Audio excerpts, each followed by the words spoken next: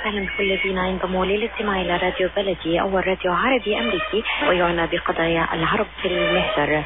برامجنا في راديو بلدي كل يوم جمعة من 8 وحتى 9 صباحا مع ليلى الحسيني في بث حي ومباشر عبر WNZK راديو 690 AM. صباح الخير بلدي، صباح الخير لكل مستمعينا. Welcome to Radio Baladi, the first Arab, Middle Eastern, and American simulcast radio show. Radio Baladi is broadcast every Friday morning on WNZK 690 AM from 8 until 9 Eastern Time on Good Morning Michigan with Layla Al-Husseini. Our call-in number 248-557-3300. And now, stay tuned for the best radio talk show on Arab and American issues with your host, Layla Al-Husseini.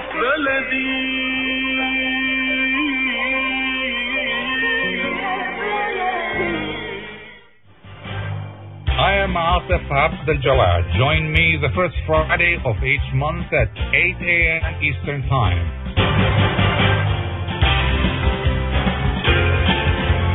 I will be discussing some of the most important issues and events in the Middle East live on America's Voice of the Arabs.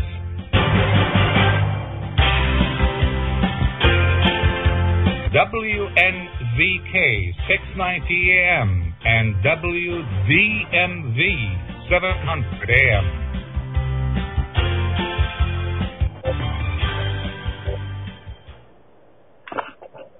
Good morning. I'm Abdel Jalal reporting from Washington. Israeli Prime Minister Benjamin Netanyahu was in Washington Tuesday, but President Obama wouldn't meet him, wouldn't even place a phone call to him. Mr. Netanyahu was seen as inserting himself into U.S. politics and inserting Washington into Israeli politics. Mr. Netanyahu is running as a candidate for Prime Minister in Israel's elections later this month. But he says he came to Washington to warn against what he called a very bad nuclear deal with Iran. There's no deal yet in reality. The negotiations were ongoing in Europe, and the U.S. says its objective is to prevent Iran from obtaining a nuclear bomb. So what did Mr. Netanyahu do in Washington? Nancy Pelosi, the minority leader in Congress, says, what a shame. He came to lecture us about what is good or bad for the U.S. It is as though the Americans don't know any better. The Republicans say the Prime Minister came to air his concern about the U.S.-Iran nuclear policy. But President Obama says Netanyahu did not offer any viable alternative in his speech before the Congress. So where do we go from here? What that means for the traditional U.S.-Israel alliance? And will the Netanyahu rhetorics have any impact on the final deal with Iran? With us to discuss these issues, two experts on the Middle East and American-Israel relations. George Heshma, columnist for Gulf News, among other publications, and Delinda Hanley, news editor at the Washington Report on Middle Eastern Affairs. Before we begin our discussion, please feel free to call us with questions or comments, and the number to call is 248-557-3300. That's 248-557-3300. My first question, would like to have both guests deal with that question, and let's start with Mr. Heshma. What is your take generally on this controversial issue? My take really is the absence of an Arab point of view on the whole issue. We haven't seen anything in the media really discussing the Arab position, and neither have they made any effort to do that. Even if they don't expect the American media to cover their position, they could, as Israel has been doing very impressively, buying ads, full-page ads in the New York Times and in the Washington Post, explaining their position. I think it is high time that the Arab world step forward and discuss what they think of the whole issue. I know Secretary of State Kerry, he was in Saudi Arabia last night, and he met with the Arab Gulf officials to discuss the issue. But we need something in the media, either reportage or an op-ed or a full-page ad to discuss, to declare the Arab position. It's very important. Mr. Hashmi, I'll get back to you to discuss further what the Arabs need to do about this. But let me ask Ms. Hanley, what do you think generally of this issue? Well, thank you very much for having me today. I think that this Netanyahu speech was just a campaign stop, and he's trying to distract Israeli voters from issues that matter, like the economy or the Palestinian peace talks that just keep going nowhere. Shibli Telhani polled Americans in December of 2014 and asked them what they thought is the biggest threat, and 70% of Americans said it's ISIS. Only 12% said it's Iran. He's making a big deal just for a campaign speech. Mr. Hashma, let me go back to the position taken or should be taken by Arab countries. So you think that the Arabs should only focus on the media aspect of this issue, or should they go further? Well, I presume they do that in the discussions that they had with Kerry last night in Saudi Arabia. But the issue now, for instance, one important issue that the Arab world is concerned about is Israel's nuclear potential. There was no mention in the American media or anywhere else in the Western world about what is Israel doing. Nobody has brought up the issue, and I think it's up to the Arabs to say, hey, we want Israel also to be examined. And what actually my proposal is we should have a nuclear-free Middle East.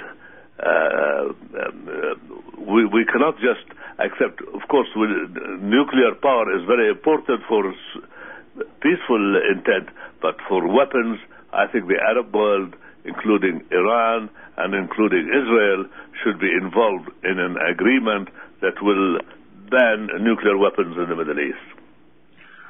Ms. Hanley, Israel, as we know, has nuclear weapons, even though the program is secretive. Now the Israelis haven't signed NPT, as you know, the treaty, non-proliferation treaty. Would they be more credible in their concerns about Iran had they declared themselves nuclear and signed the NPT? Absolutely, and I totally agree with George's idea of the nuclear-free Middle East. I mean, one nuclear attack on one country, if it's Iran or Israel, affects everyone in that region. Nuclear fallout would affect everyone. No one can actually use a nuclear weapon without hurting their own people. And anyway, today's Washington Post, there's a letter to the editor saying kind of just that. This Jewish writer who is going to be at our April conference mentions that no one ever talked about Israel's nuclear arsenal, which is built in defiance of non-proliferation efforts. And we need to have that on the table, too. And I just wonder if Iran is saying, okay, we'll give up nuclear weapons and never want them if Israel will do the same. And plus, Dimona, I think I've heard that it's decrepit. It could leak. I mean, nuclear materials could leak. It's a danger to the whole area because no one's inspecting and no one's taking care of it. Actually, if I may interrupt, the Iranian foreign minister has declared, and it is in the New York Times today, mentioned that they are not interested in nuclear weapons. Now, of course, it's up to the U.S. government and the P5+1 group to insist that they put that in writing and whatever the final agreement is they reach by the end of this month. But Israel has never said anything of the sort. But I understand that the White House has recently declassified a 1987 report that basically reveals the fact that Israel does have nuclear weapons. Yes, that is the report that has been released or mentioned by Mr. Grant Smith at the institute here, his institute, which was, we didn't receive any reaction from the U.S. government about it lately. I think the issue should be raised by the Arab world in advertising, if nothing else. In advertising. The Arab diplomatic community here in Washington is very silent, and this is shocking. It is really shocking that they do not go out and explain, even to the Arab media that is represented here. So why do you think the Arabs are not taking such a step? Actually, the Arabs have not taken many good steps like that from 1948 till now in the U.S. We have an Arab League office in Washington. We have never seen them say anything. I don't know. Either they have to agree among themselves, they have to do something about it, spend some money about it. It's no big deal. The Israelis or the pro-Israeli groups here, pro-Jewish groups, have spent over 10 full pages of ads in the last 2 weeks. And a full-page ad is only $50,000 in the New York Times or the Washington Post. I think that's the price. I have not really double-checked it lately. But this is where we need people to discuss this issue publicly. We don't know what's the Arab position. But, Ms. Hanley, maybe the Arab world is divided on this issue with some group. I mean, they are divided between their concern about a nuclear Iran, especially in the Gulf area, Saudi Arabia and the Gulf area. And on the other hand, they are also concerned about Israel and, the peace process and all that. So do you think they are reluctant to take a firm position because they are also concerned as much about Iran's nuclear policy? I think you've hit the nail on the head. Saudi Arabia and the rest of the Gulf is afraid of that nuclear weapon capability in Iran. So for once, they're kind of agreeing with Israel. But if they could also say, we don't, and they have said, we don't want Israel to have a nuclear weapons capability either, that would just complete the circle. Mr. Hajma, Mr. Netanyahu says he means no disrespect for President Obama, but the Prime Minister knew very well that the invitation that came to him, in fact, came behind Mr. Obama's back. Should we believe Mr. Netanyahu? Maybe you want to believe him. I don't believe Netanyahu at all.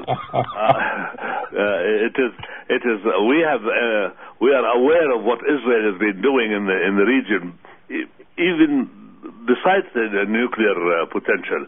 Look at the continued building of Israeli colonies in the West Bank. Every other day we have a news story about more buildings are coming up in East Jerusalem and everywhere. They have not taken any intention. They have not taken any intention that they are ready to pull back from the occupied territories if there's an agreement. The Arabs in 2002, which is 13 years ago, have proposed an Arab peace initiative. I think we, the Arab world, should revive that and get Israel to agree to it. And get the Western, the P5+1 people to really look into this issue. It's a very serious issue. Probably Abbas has, the president of the Palestine Authority, has mentioned that if he is not going to be able to do anything, he's going to quit and leave. Let Israel occupy the whole country. This is a very, very serious issue that we have with Israel's continued expansionism in the Middle East. We'll be back after the break. never too early to get your child on the right track. From their first words to first grade, Dreamy Children's Center in Troy works closely with parents to provide an experience that goes beyond early education. The highly qualified and experienced staff use a variety of programs that can help nurture important personality traits like responsibility, independence, problem solving, motivation, and respect. They also have educational programs ranging from preschooling for infants, toddlers, transitional toddlers, and pre-K to Montessori-approved programs and bilingual curriculums for young children. They're open from 6 a.m. to 6:30 p.m., can provide breakfast, lunch, and dinner with snacks in between, and can also arrange for after-school pickup. Dreamy Children's Center in Troy is located at 37373 DeQuinder, just above 16 Mile Road, and can be found on Facebook at Dreamy Children's Center. Ask about the free preschool program. Call today, 248-680-9170, 248-680-9170. Jumana K-Ruse. You've seen her images on giant billboards across the metro. Jumana K-Ruse. You've seen her images on buses across the city.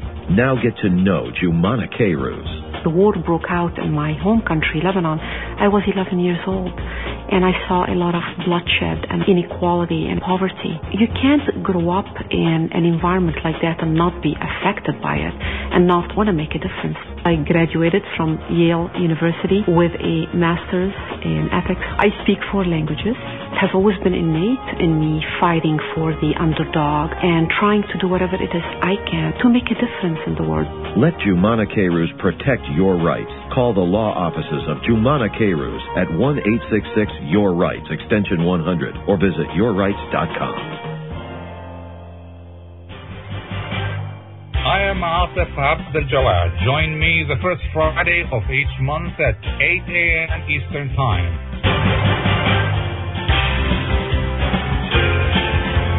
I will be discussing some of the most important issues and events in the Middle East live on America's Voice of the Arabs.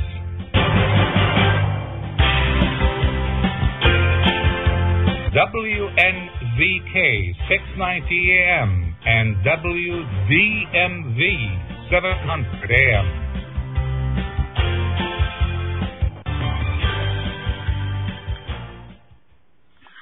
Welcome back to our discussion with George Heshma and Belinda Hanley, and we are talking about the recent speech by Israel's Prime Minister Benjamin Netanyahu before a joint meeting of the U.S. Congress. And before we resume our discussion, please feel free to call us with questions or comments. The number to call is 248-557-3300. That's 248-557-3300. This controversial issue leads me to a question about the Israel lobby in Washington. And Ms. Hanley, I know there is an upcoming conference on this topic. Would you like to elaborate? Thank you for giving me that opportunity. We are having, you mentioned Grant Smith and the Washington Report are having a conference on the lobby on April 10th at the National Press Club. And we're hoping very much that C-SPAN will cover it, and you are welcome to come and have a radio show from there, too. It's on a Friday. We are going to have Americans, Israelis, Palestinians discuss, is this lobby even good for the Israel? And it's definitely not good for the U.S., but we know that, but it's not even good for Israel. And we have expert after expert talking about this lobby. It's going to be really interesting, and I invite you to attend.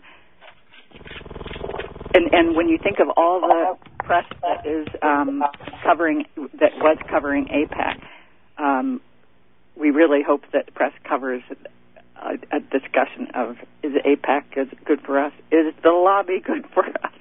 It really isn't.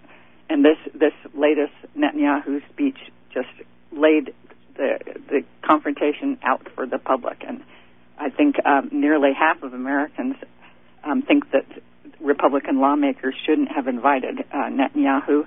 I mean, Netanyahu is doing our work for us, really. NBC, CBS, ABC didn't air Netanyahu's speech live. More than 56 Democrats skipped the speech. I think Americans are ready for a discussion about the lobby and its effectiveness.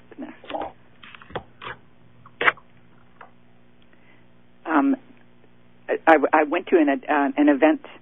Okay, I should have also mentioned that you can sign up or find out more about who's speaking at our website, israellobbyus.org. And we really invite you to come April 10th to Washington, D.C. I want to ask both guests this question. I guess the topic or the question for that conference is whether the Israel lobby, is good for the U.S. or bad for the U.S. Is it good for Israel? And let me ask Mr. Heshma what he thinks about that. Well, I really I was very impressed what Secretary of State Kerry said in Riyadh last night. He said, and I quote, "The first step is to make sure that they, meaning Iran, don't have nuclear weapons." I wish he would have said, and also other nations in the Middle East, including Israel. We have to really, the Arab world has to come up with a very strong statement that, okay, Iran is on record, the foreign minister said that they don't want nuclear weapons, we want a similar statement from Israel. This is what I think we should be able to do it. And the influence of the American press, like the New York Times has been doing a very good position. Like even today's issue has the lead story on Iran and U.S. relationship. Not one thing on the front page of the Washington Post. This is really very sickening that how they're trying to subdue this issue. The insulting thing that the Republicans have done in this country is inviting Netanyahu to come to their House meeting, joint meeting of the Senate and the House of Representatives, and have Netanyahu spend there talking, blasting U.S. President Obama's statement, and they cheering him time and again all over. About 43 times he had a standing ovation from the members of the Republican members of the Congress. We have to the Arab world has to come and raise its voice in this country. If they don't have the capability, buy a full-page ad. Buy a full-page ad, one in the Post, one in the all over the place. They can afford that thing rather than sit out there. Ms. Hanley, even though Israel has nuclear bombs, we don't hear Israel threatening anybody to annihilate or to use the bombs against anybody. Would that make any difference? If Iran was threatening or anybody? Oh, you mean Israel's not threatening because it keeps invading countries over and over, or at least Gaza. If Iran had the bomb, would Israel be as likely to keep harassing its neighbors? I think probably it'd be a little more careful. So it is like the Cold War balance of power, balance of fear of mutual mass destruction. Are you saying that the fact that a nuclear country would actually balance the fear from another nuclear country, like the case with the Soviet Union and the U.S.? Maybe that is so, but Pakistan already has a nuclear weapon, and that doesn't seem to be stopping Israel or other countries from invading other Muslim countries. I just think the nuclear weapon is useless. You can't use it without being immediately annihilated yourself. It's a useless weapon in this age. It's ridiculous, really. But all this controversy, has caused sanctions, terrible, crippling sanctions on Iranians, and they're tired. Most Iranians are tired of being international outcasts. When you think about it, there are only three alternatives. You can make a deal with Iran, and a compromise might be less than perfect for either side, and it will require vigilance. The second choice is walk away from the deal and maintain these sanctions. Iran will continue to absorb economic pain, and it will probably meet those more sanctions with more centrifuges. And the third option is war. And it wouldn't be a 2-week bombing campaign. It would require ground troops, boots on the ground. Iran is 3 times as big as Iraq. If, as Netanyahu claims, Iran has hidden nuclear facilities from inspectors, how can you bomb facilities you don't even know where they are? And say you bomb those nuclear facilities, Iranians still will have the know-how how to build a nuclear weapon. We'd have to bomb every 5 years. Can you imagine every 5 years another war? It's clear we have to make a deal. And Netanyahu came to town just to campaign, and he wants his voters to forget their economy, their Palestinian issue, and just focus on something that is really obvious. We have to make a deal. Mr. Hashma, as Ms. Hanley just said, Pakistan does have a nuclear bomb, and so why does Israel focus or is concerned about Iran's nuclear program? Iran doesn't have a bomb yet. Pakistan does. Pakistan is a Muslim country. So why isn't Israel talking about Pakistan? Well, because Iran is now being accepted by many Arab countries. Look what is happening in Iraq. Iraq even virtually tracked the U.S. in the policy in regaining this attack now against Tikrit and other places in Iraq to kick the ISIS or ISIL group from there. And they are having success. And Iranians are helping them. And the U.S. is aware of these raids that they are doing now on the areas that the ISIS people have occupied in Iraq. It's very interesting that the Americans are aware of the air raids. They are doing it together almost. It's not full cooperation, but read the front page paper today of the New York Times, and it says how they are working together. We have to explain. Okay, there are certain regimes in the Arab world that are not accepted by most Arabs, like the Syrian regime of Bashar al-Assad, but we have to start immediately pushing our issue against Israel in the region. And Israel if it's really sincere about a peace agreement with the Arabs, should declare so. What is their conditions? What do they want? They have not said anything. In fact, there are some Israeli cabinet ministers who said we want to stay in the West Bank. This is ridiculous. And we have to push the U.S. against this policy and do something about Israel's expansionism in the region. We have a phone call, so please introduce yourself, sir, and go ahead. Dr. Ataf Abdel Jawad, good morning. Good morning. Yeah, this is Jerry Habba, and good morning to your guest. Dr. Ataf Abdel Jawad, thank you for taking my call. I just want to say to you, as an Iraqi Chaldean, I do love Israel. I do love my country, the Arab countries. Israel and Palestinian, they both have the right to exist.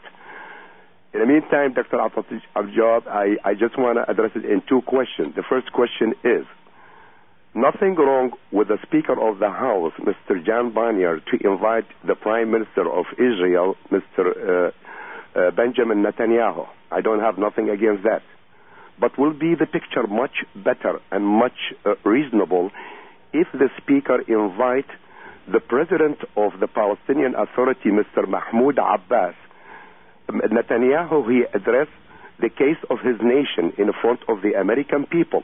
And I believe will be fair if Mahmoud Abbas was address the American Congress to address the case of the Palestinian people. That's number one. The second thing, about Iran nuclear. I do believe, Dr. Atif Abdul Jawad, if you go back to the history through Babylon and Nebuchadnezzar, I do believe Iran and Israel, they have some old tradition, fashion relation. And I do believe Israel owe Iran, owe Bilad Faris, a big favor for taking thousands of Jewish from Babylon back to Israel.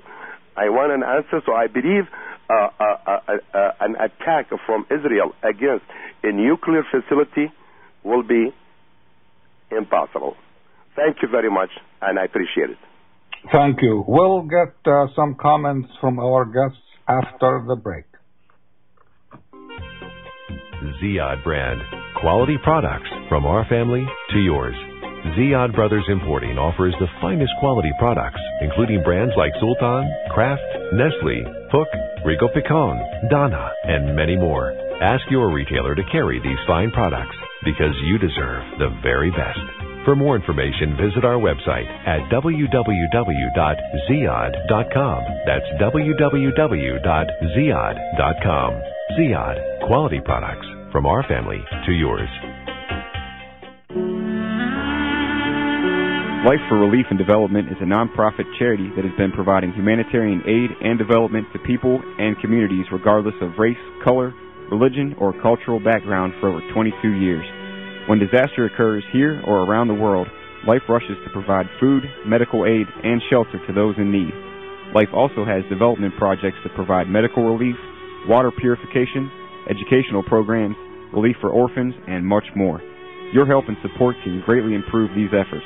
All donations are tax deductible. For more information, please visit our website at lifeusa.org or call 248-424-7493. That's lifeusa.org, 248-424-7493.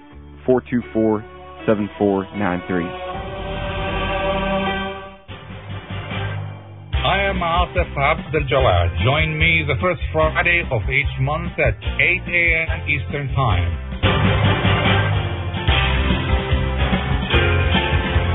I will be discussing some of the most important issues and events in the Middle East live on America's Voice of the Arabs.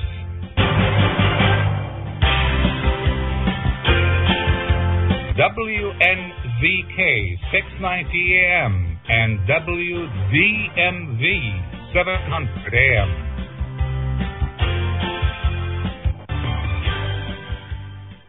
Welcome back to our discussion with George Heshma and Delinda Hanley. We are talking about the recent speech by Israel's Prime Minister Benjamin Netanyahu before a joint meeting of the U.S. Congress.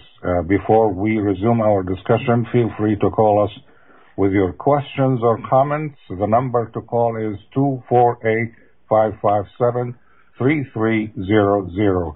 Now, I would like to see if any of our guests, Mr. Heshma or Ms. Hanley, would like to comment on what our caller said a few seconds ago. Well, I will start off with if you don't mind. First of all, I want to congratulate you guys on this radio program. I think we should have it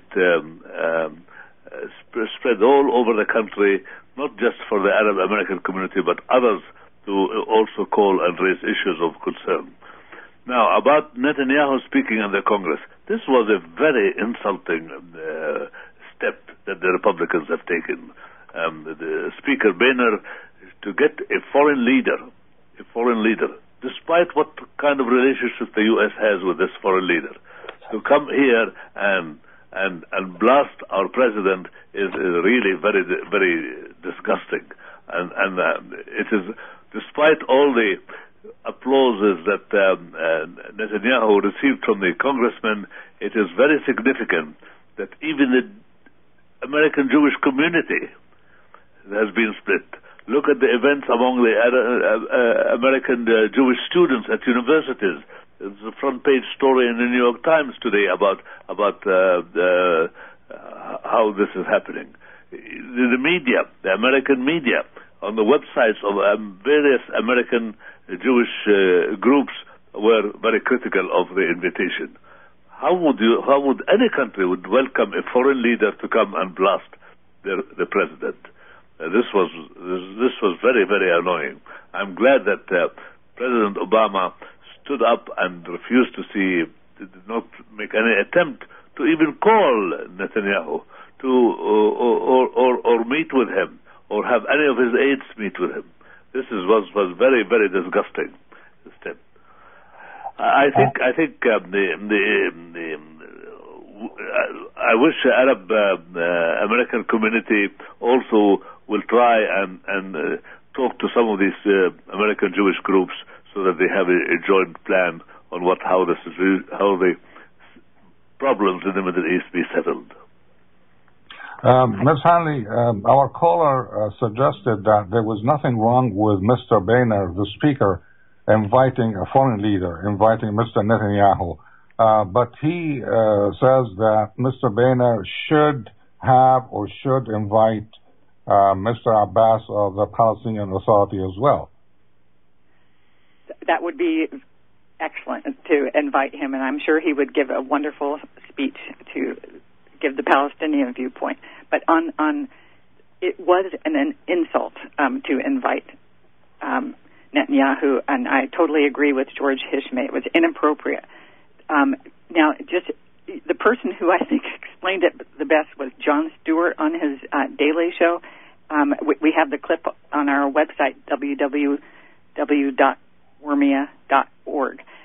Jon Stewart said, what if when George W. Bush was initiating the war in Iraq, what would have happened if Democrats had invited the president of France to appear before Congress to criticize George Bush's plans? And he said most people would have said it's not the right thing to do. Jon Stewart said Republicans would have gone bananas if that had happened. I mean, just remember, people were taking the French out of French fries because France wasn't joining our coalition to bomb Iraq. It's just inappropriate to question president's foreign policy. Have an outside leader question it. It's okay for Congress to fight and that kind of stuff, but to have a foreign leader come and lecture Americans in their Congress, it's inappropriate. So now, Mr. Hishmeh, do you think that President Obama or the Obama administration should do something more to penalize Mr. Netanyahu? Well, much as we would like him to do that, I don't think this is very possible right now. I think they should concentrate on this Iran deal so that, but they should switch their eyes immediately about Israel. That they should also sign a deal just like they would with Iran about nuclear weapons and things like that. It's high time that we press Israel on this issue. This is not an easy issue that we should disregard. Look at what is even the expansionism of Israeli settlements, colonies in the West Bank now. This is very, very important issue. There's almost 500,000 people almost now Israelis settled in the West Bank. How are you to get these people out of there before a settlement is reached? You know, Israel, under the partition plan, the UN partition plan, was only given 55% of Palestine, and the Palestinians were given 45%. Now Israel has 78% of Palestine, and the Palestinians only have 22%. And 22% with hundreds of Israeli colonies in the West Bank. It is the U.S. policy on the Middle East has to focus also, not just Iran, on Israel and what Israel is doing. I hope I'm one who would be very happy if Netanyahu is not elected again. As I mentioned in my column, which was published today in the Gulf News and the Jordan Times. I think President Obama probably would join you in your hope of having Mr. Netanyahu defeated. But Ms. Hanley, you have noticed, you must have noticed that Mr. Netanyahu's speech did not include any reference to the Palestinians, the occupation, or to the peace process. That's correct, and he just avoided. I don't think he said the word Palestinian once. It's as if he's hoping that that problem just people forget about it, because that he's done such a terrible job trying to make peace. And I just hope that when Americans listen to that speech, and that President Obama, before this speech and after, continuing to emphasize the depth of U.S.-Israeli relations, the unbreakable bonds, the billions of dollars his administration has given Israel. Well, I hope Americans start to think maybe it's time to break those bonds. Yeah. If a partner is continually humiliating you, ignoring your advice, if they take your money year after year, if your partner is killing neighbors, invading other people's territory, stealing stuff, including homes, imprisoning, and even killing kids, if they're hiding weapons of mass destruction, it's okay to break those bonds.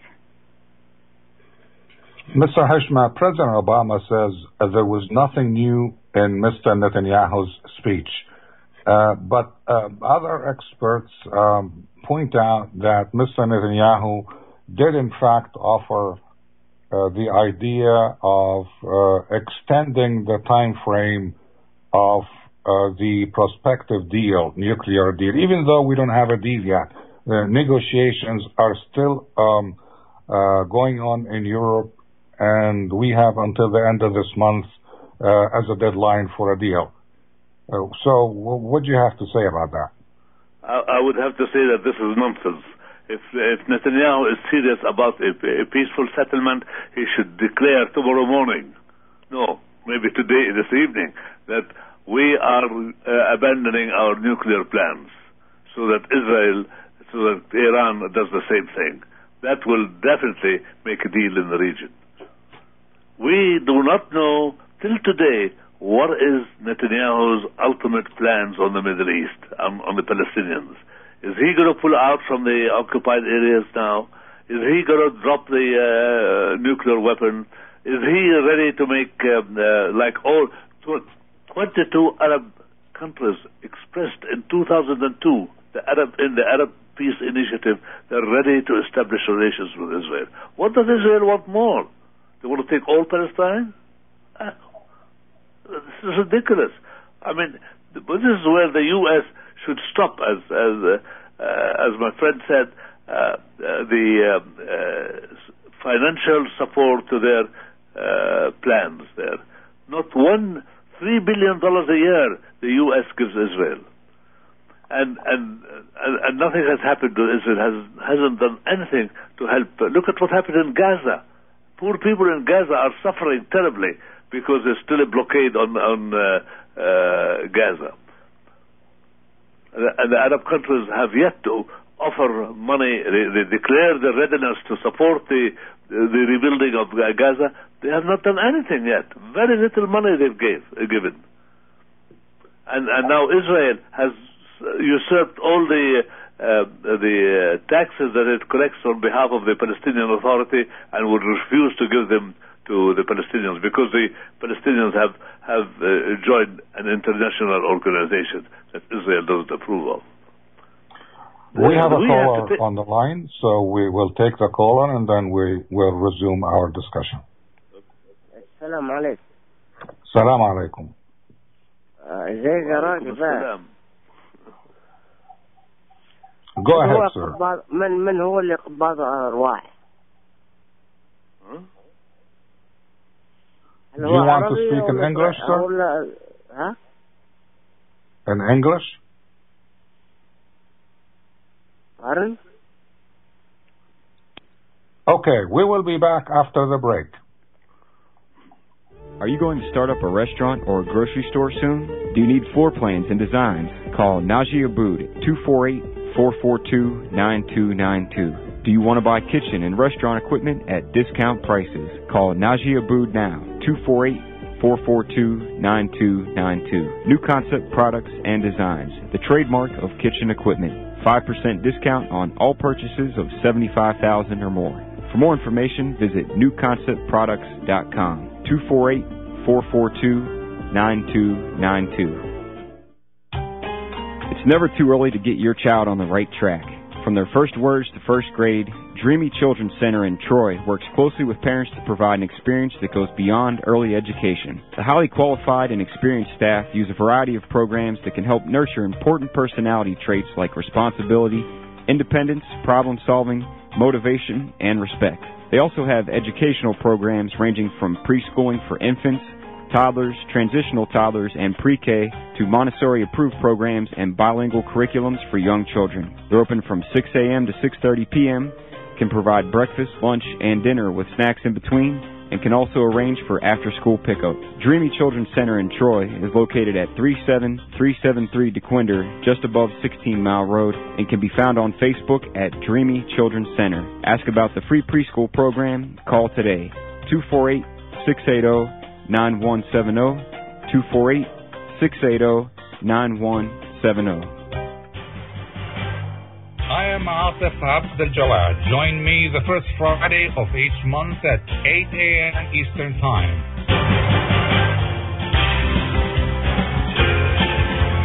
I will be discussing some of the most important issues and events in the Middle East live on America's Voice of the Arabs.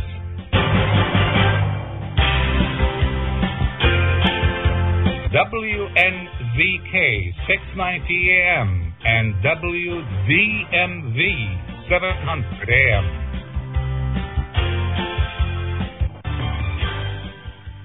Welcome back to our discussion with George Hishma. Mr. Hishma is a columnist for Gulf News and other publications. And also with us, Delinda Hanley, the news editor at the Washington Report on Middle Eastern Affairs. And my question now is, perhaps we'll do more with American politics. Ms. Hanley, did Mr. Netanyahu really need a public speech to convey his concerns? In other words, who to blame for this fiasco, the Republicans or Mr. Netanyahu? I suspect that Mr. Netanyahu urged the Republicans to invite him. I don't think. I think he has also shot himself in the foot. But the Republicans shouldn't have agreed to invite him. I think his speech was like a perfect propaganda tool for ISIS. It just shows that Israel and America are working hand in glove, which doesn't help America very much, I'd say. And I would agree with George Hishma that he described the Palestinian problem so eloquently. And I would urge your listeners to write letters to their editor, call in radio shows, and just say, now it's time to turn to Israel's nuclear weapon and let's make peace once and for all.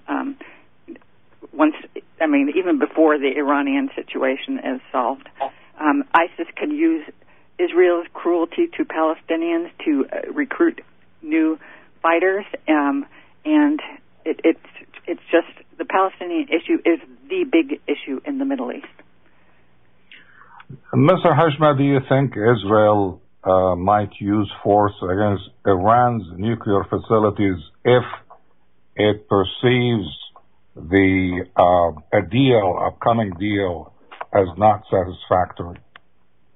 Well, I don't think Israel will do that. I don't think because if Iran has a nuclear bomb, I doubt that they don't have that. The whole world will jump on Israel's neck if there's a nuclear attack on Iran. Iran has declared time and again they don't want a nuclear weapon. Only they want nuclear power to help their country stand on its feet in this area, and that's why there is a lot of support. What they are doing in Iraq, They are helping the Iraqis to regain part of their country from the ISIS group. It is very important. It's very important to understand the Arab position on this thing. And this is why I, as having lived in this country since 1968 and worked on various newspapers in this country, including the Washington Post, it's very important to keep our story alive. And if not, we use advertising. I insist that we should use, Arab world should use advertising in telling the story in the U.S. People read these ads. Ms. Hanley, do you think the Palestinians are following this controversial episode? And how, if they are, how are they reacting? I hope they're following it and realizing that right now America is a little more divided than usual when it comes to supporting Israel.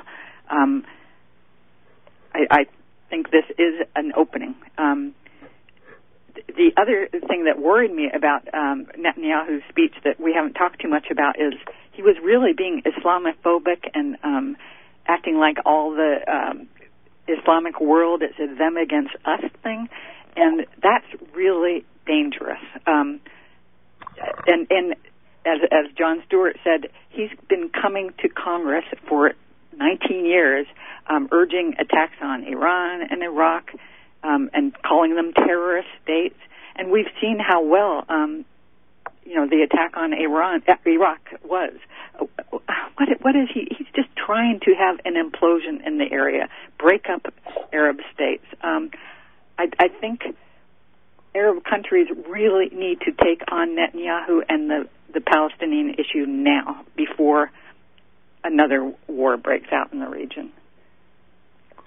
Mr. Hashma, as you must have noticed, Mr. Netanyahu made a reference to Israel being the only Jewish state. Do you think that such a reference, Jewish state, do you think that might give impetus to others in the Muslim world who are currently calling for an Islamic state? Well, I'm a Palestinian by origin. I grew up in Haifa, and I know from our relationships, we always had good relationship with the Jews in our city and in our school. In fact, I remember most of the students, Jewish students who were in our school. This is ridiculous that he goes and advertises these things. Nobody is, till today, there are Jewish communities in the Arab world, Islamic nations, and nothing is happening to them. They're not being persecuted or anything of the sort. Netanyahu has to come out and declare that Israel wants to be a peaceful Middle Eastern nation and ready to start peace talks immediately. Till now, we don't know what is the Israeli plan in Palestine, how much territory they want. It is very important that we do that. And I want to, in this relationship, to mention that the magazine where Miss Delinda Hanley is working is a great magazine that we all should subscribe to and support. That I see the beautiful columns and explanations on the Middle East. It is important that we spread our word in this country. It's very important. Thank you, George, and we're always very happy to have your columns in the magazine, too. Thank you. We do need to stick together, support radio shows like this, magazines like ours, support the people who are trying to get the word out. And there are so many Jewish Americans working just as hard as we are, in fact, lots writing for our magazine. This Jewish state thing isn't the only place for Jews. American Jews have a really important role to play here in this country, their country. And I think Netanyahu is doing them a disservice. Mr. Hashma, I would like to ask you, you said you grew up in Haifa. Do you still go and visit your hometown, and how do you feel? Well, it's very difficult. Yes, I have been 3 or 4 times, and I've taken my children, Omar and Layla, when they're young children. I took them to Nazareth, where I was born. As I keep joking to some American audiences, I tell them I'm the second Nazarene you know. And of course they look at me wondering what I'm saying, and then they say, oh yes, Jesus was the first Nazarene. And they all like that. I have been there 4 times, 5 times, with my family to show them what is Palestine used to be like and everywhere else. It's very important that we educate our generation in America, this free country, this beautiful country, what they can do and how much they can work for Palestinian issues. Mr. Hanley, to what extent can this rift impact the traditional U.S.-Israel alliance? Well, unfortunately, there has been support for decades from both Democrats and Republicans. This is not Israel is not a partisan issue, but we can continue to try to make it a partisan issue and maybe pull some of the Democrats away from always supporting Israel no matter what it does. We just need to keep in touch with our members of Congress and say, thank you for not going, or why did you go, or can you now focus on peace instead of just this Iran issue? We really need to do our homework and work and get our young people involved in protesting Israel and America's relationship that just is not helpful to either country. Mr. Hashma, to what extent Mr. Netanyahu's speech could actually alter U.S. policy on the Iran nuclear issue? I don't think he's going to make it an effect on the American position. I think the American position is still to sign a deal with Iran, the P5+1 nations, the group, the 5 permanent members of the UN Security Council. I don't think Netanyahu's presentation in Washington was a great success. Even inside Israel, there are many Israelis who are very critical of what he did here. And in fact, his rival in the Israeli in Israel, Herzog, is very, very clearly has attacked Netanyahu for doing what he did, which was really shocking and shameful. Ms. Hanley, I want to give you a final concluding word here.